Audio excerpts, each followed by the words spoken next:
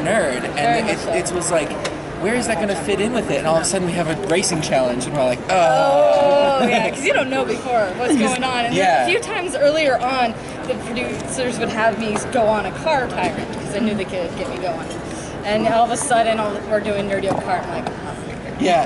As soon as they're like, it's video game week, and I was like, yeah. And, I'm like, oh no, y'all remember Pac-Man? Yeah. I was like, oh. Yeah. Yeah, and then they're like, real life, and I'm like, yes. And you see, like, especially Zach. Yeah. Oh god.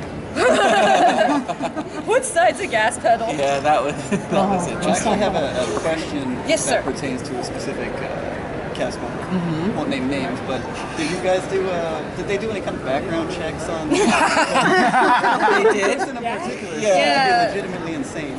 That's what happens when you wake the demon. Yeah. Well, it is a high-stress environment, and Very. everybody reacts to stress in different ways, and you're not often, like, these kind of people, the nerds, aren't normally put into something like that. Like, we're behind our computers or in a lab or something. So everybody reacts differently. Yes. And nobody saw it coming. No. I like to describe King of the Nerds as the best experience of my life, but also the most stressful. And that was how I would just, in a nutshell, my friends wanted to know what happened, before I was allowed to say anything. It was the best experience of my life, but also the most stressful. Because you're doing stuff every day. Go. And then, you have all the cameras watching you, which that really does add to the pressure because, like, there were a few moments that even I was ready to just, oh my god, I'm gonna, but I'm like, okay, employers are watching, gotta stay calm, I want to draw, so it's very stressful environment, and it's those mic packs go with you too, so you can't, there is no way, they know when you're going to the restroom, they know everything, so. It took a while to get used to not going like, I need a water. And like talking to You're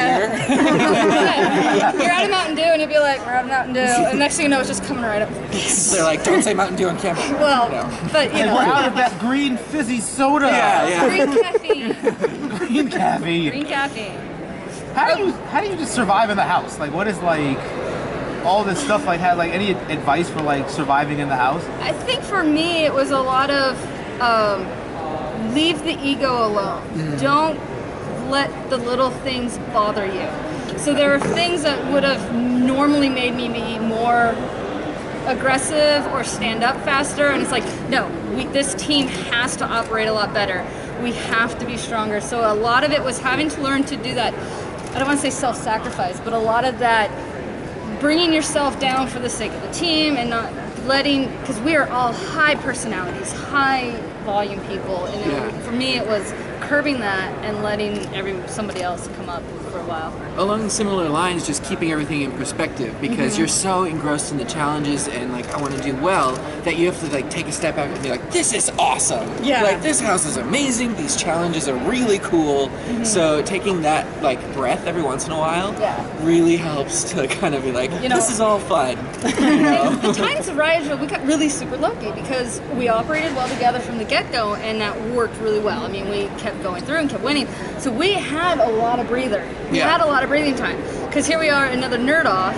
We don't have to worry about it again. Here we are, another nerd off. That gives us 24, 48 hours that we're just like, hey, so let's go play the piano. Let's go do this, So we did have that. And had it been even just slightly different, it would have been a whole different ballgame for all of us. Yeah, and like one of the interesting things that is coming up in the next season is that there's 12 contestants now instead of 11, so it's an even playing field right off the bat. Yeah, and so it's going to be good. Like, I can say it now. I am going to be the social media ambassador for this next season, and so I did behind the scenes for all of the challenges of season 3.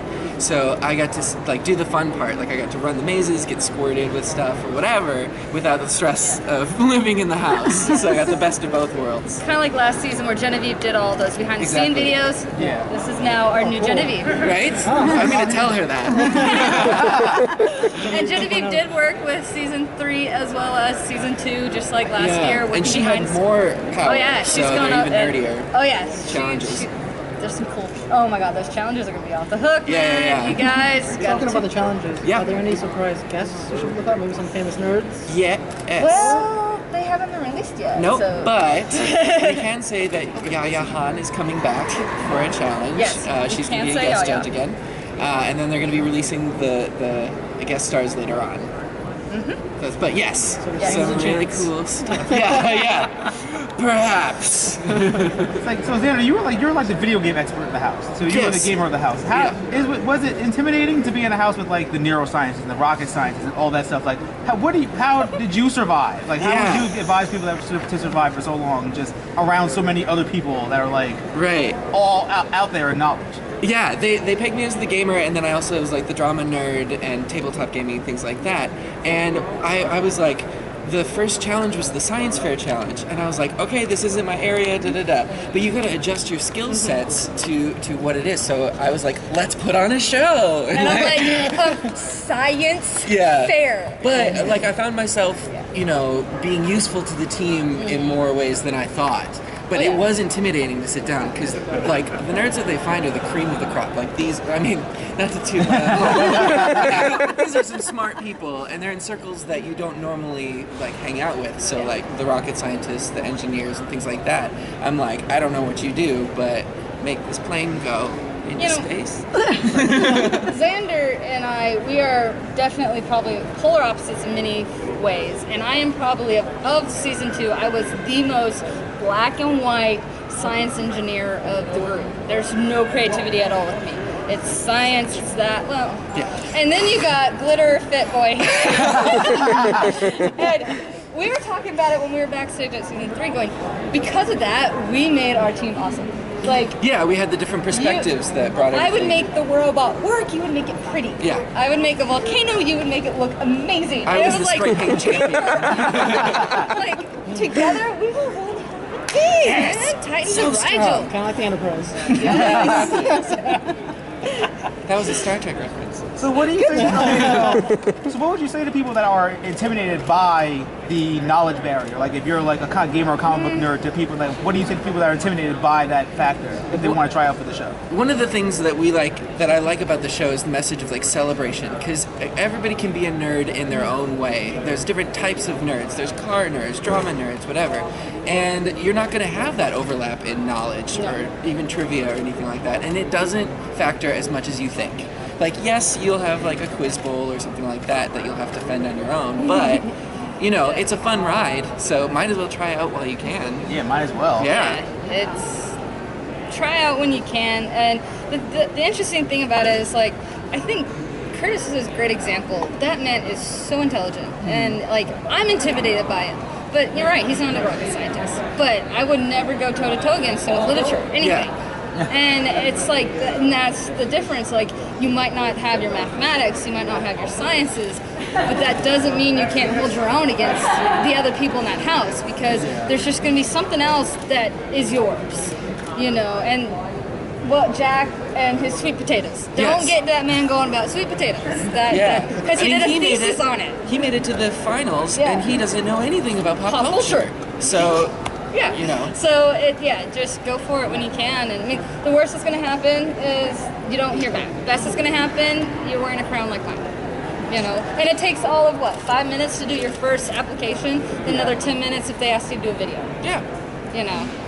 So you got to go for it. Yeah. Speaking of your crown, could you go into the details of what happens after you win? Do you lose? Are you become an ambassador? Well, okay. There really isn't any official duties. It's a title. It's a title that not even every person at Comic-Con would even recognize or anything like that. It becomes kind of, I think, the winner's decision to do what they want to do, and not only the winner, it's up to everyone else in the season. Everyone becomes an ambassador. Yeah. And, Xander's been going to cons all across the country and stepping up and representing his element of the nerd culture and stuff like that, and getting to especially bring up the LGBT community and representing that. And I took up the mantle of the Nerd Army. If you guys follow my Twitter, you'll see the hashtag Nerd Army.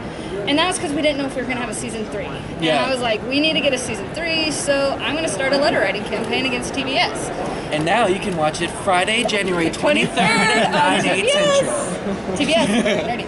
And you're welcome. It was so much... the response I got from people going, this is cool, made me actually to start my own website called the Knights of Nirvana, and that's the card that I handed you all. And the problem with wearing a t-shirt is I want to gesture at it, but I'm not Yes, the Knights of Nirvana. That's all I think of in my mind.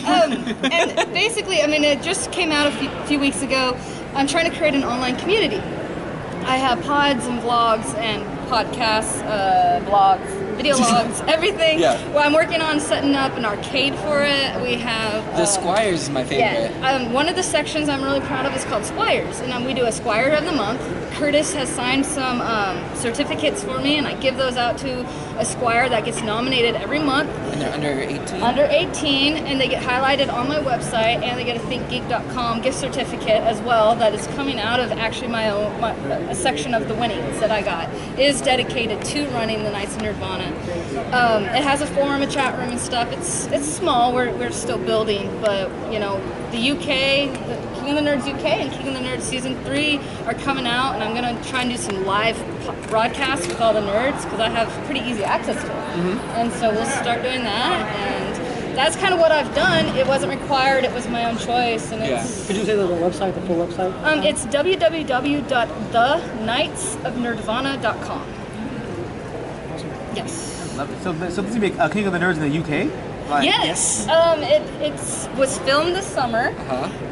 There's not a lot of details out yet that we're allowed to share. There's a press release. There's a press release. Yeah, it's hosted by Connie. Sky One HQ or HD, something like that. Sky One in the UK bought the rights from 5x5 to do their own version of the show, and they built a Nerdvana, and they got casts, and I'm super It's gonna be excited. awesome. I can't wait you guys to see the nerds, because like some of the nerds are. Okay. Some of the nerds, they got some high caliber European nerds over there. Let me tell you. Is anybody else that has a Yes. How do you feel that for the past 2 seasons we've had females crowd? What do you think of the message that's sending to young girls out there about being, you know, that letting that inner nerd in her shine in science or whatever she wants to do? I hope it does kind of show that all the nerds, all the female nerds that we have been strong science and engineering women, have been women who are very passionate and serious about it. And, you know, it is a topic that we're not very predominant in. It's not directed towards us a lot with the marketing and comic books and such. And so I hope it does show that you can still love it, you can still enjoy it, you can still be passionate about it. And actually, the first 2 Squires of the month have also been females. They've also been young ladies. And both of them are into cancer research and wanting to work in that. I mean, that's some pretty hardcore stuff right there. And so I just, you know, maybe it helps guys realize that the fake girl nerd stuff, fake geek girl or whatever, it needs to just stop. And just, because I can run circles around most of the boys out here. Bring it on. Yeah. Like, no one would dare talk to you about Star Trek. Right. I hope not. Yeah, Especially Janeway. That's great. Yeah. And like, just my opinion on it too, I think it's really cool. And I think that it really stands as a testament to like blur the barriers, because it's not a guy's thing, it's not a girl's thing. It's just we're all interested in all of this stuff. Okay. Does anyone else get a card that I didn't hand it out? All right. You're moving. Okay. Oh, we move? Okay.